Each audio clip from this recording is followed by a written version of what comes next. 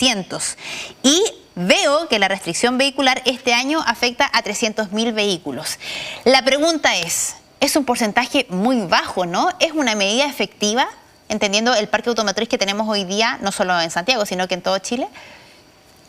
Bueno, como tú bien dices, el porcentaje o la cantidad de autos que son afectos a la restricción vehicular es muy baja. Recuerda que la restricción vehicular se le aplica a aquellos autos que son anteriores al 2012, claro. Es decir, aquellos que fueron inscritos antes de septiembre del año 2011.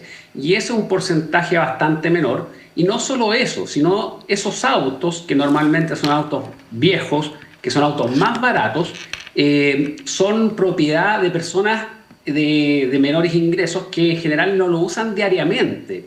Por lo tanto, en términos de efectividad, la restricción vehicular no mueve mucho la aguja, ni en materia de contaminación, ni en materia de congestión. Claro. Ahora yo veía un estudio que ustedes realizaron, está publicado por el diario La Tercera en el año 2023. Yo no sé si existe una edición nueva, pero me imagino que las conclusiones son un poco las mismas. Es un estudio justamente de la Universidad Diego Portales que habla de que pese a la extensión del área, recordando que esto ya afecta a un porcentaje mayor de la región metropolitana en relación a lo que ocurría antes del año 2023, pese a eso, no es una medida efectiva. ¿Qué se puede hacer para que efectivamente se pueda descongestionar la ciudad?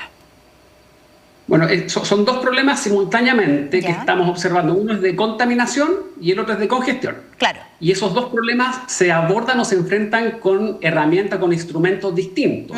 Por ejemplo, el tema de contaminación, tienes que ver cuáles son las principales fuentes que generan la contaminación. Dentro de las fuentes fijas está la calefacción en los hogares, y dentro de la calefacción a leña particularmente, y dentro de las fuentes móviles están los camiones. Esos son los dos principales causantes de la contaminación en las ciudades y particularmente en Santiago. Claro. El otro problema es la congestión, ¿ya? Y ahí, por supuesto, que los automóviles son responsables en parte importante, pero las medidas que tienes que impulsar para enfrentar ambos problemas, contaminación y congestión, que son diferentes, esas medidas también son diferentes. Vamos por parte, entonces, ¿cuáles son las medidas para evitar la contaminación? Porque, si no mal recuerdo, esta medida de la restricción vehicular es de hace muchos años. Comenzó no por la congestión de la ciudad, sino que por la contaminación, porque evidentemente la cantidad de autos que hay hoy día en la calle es mucho mayor. Quizá no lo veíamos esto en décadas pasadas. ¿Qué podemos hacer hoy día, en 2025, para la contaminación? ¿Cuál es la propuesta que ustedes tienen, por ejemplo, desde este estudio de la Universidad Diego Portales?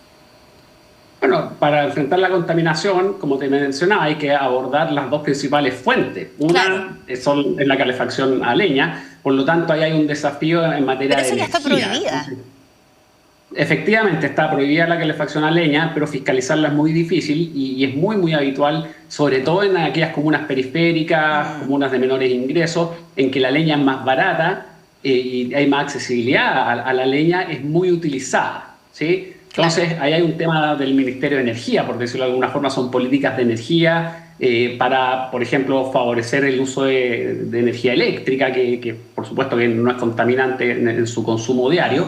Yo creo que hacia allá va el desafío.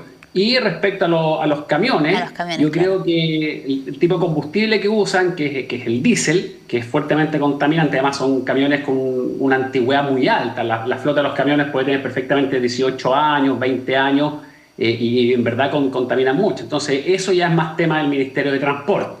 Claro. ¿Ya? Y para efectos de la congestión, que es el segundo problema, también hay varias aristas. Seguir expandiendo la red de metro, porque la red de metro sí logra bajar a gente del auto, eso es importante. También hace falta una política de estacionamiento. Hay muchas calles, sobre todo en regiones, algunas comunas, ciudades de regiones en que hay congestión también importante, Santiago por supuesto, y se usan calles, se usa vialidad como estacionamiento. Entonces hay una política de estacionamiento con lo que te mencionaba del metro también, eventualmente alguna alternativa de tarificación vial, pero son medidas que son mucho más efectivas que la restricción vehicular, que hoy en día casi no tiene impacto. Claro.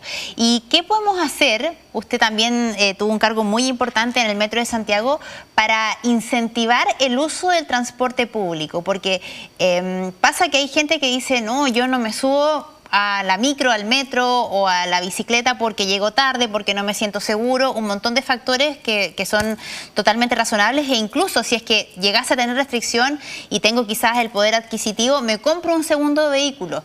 ¿Qué podemos hacer para revertir esa situación y que hoy día el transporte público sea una opción no solo para quienes tienen restricción, sino que para todos quienes nos movilizamos por la región metropolitana? Bueno, efectivamente, como te señalé hace un rato, seguir ampliando la red de metro logra bajar a gente del automóvil. Y lo otro también, por ejemplo, los taxis colectivos cumplen un rol importante, entonces ahí hay una oportunidad de permitirles que aumenten su capacidad, que operen minivan un poquito más grande también, porque ofrecen un muy buen servicio. El pasajero siempre se ha sentado más cómodo. Entonces creo que el taxi colectivo y las mismas aplicaciones, las aplicaciones son sustitutas del automóvil. Entonces yo creo que en vez de atacar a las aplicaciones tipo Uber, en vez de reducirlas, en vez de tratar de sacarlas del mercado, al revés, hay que facilitarlo porque justamente los taxis colectivos, las aplicaciones tipo Uber, son las que seducen a este usuario que no está dispuesto a subirse a la micro, por ejemplo, o quizás al metro, claro, pero sí está dispuesto a dejar el auto por una opción que le genera un confort y un nivel de servicio comparable al del auto, como ofrecen los taxis colectivos y las aplicaciones tipo Uber, que son mucho más eficientes que el automóvil. Bueno, se decía, lo entrevisté hace yo creo un par de meses a otro especialista por la llamada ley Uber que ya comenzó a regir en nuestro país, y él justamente planteaba eso, que en vez de facilitar el funcionamiento de estas aplicaciones de transporte, de repente esta ley lo que hacía era mermar su funcionamiento. ¿Usted tiene la misma opinión? Absolutamente. La ley y el reglamento en particular del Ministerio de Transporte lo que hace es básicamente eliminar el 80-85% claro, de la industria y afecta a mucha gente que, sobre todo en sectores periféricos, en comunas exacto, rurales, en regiones, que es la mejor alternativa de transporte. Y lo otro es lo que estamos conversando ahora. Estas aplicaciones tipo Uber o los taxis colectivos es una alternativa para personas que no están dispuestas a usar el transporte público, pero sí están dispuestas a dejar el auto en la casa. Entonces, esta alternativa intermedia, en vez de atacarla, el Ministerio de Transporte debería promoverla. Claro, quizás no ser una ley tan restrictiva o plantearla de otra manera.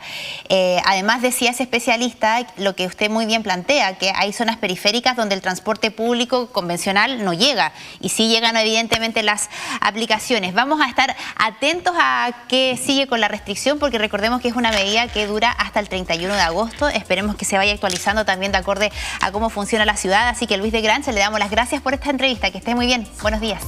Encantado, que esté muy bien. Chao, chao.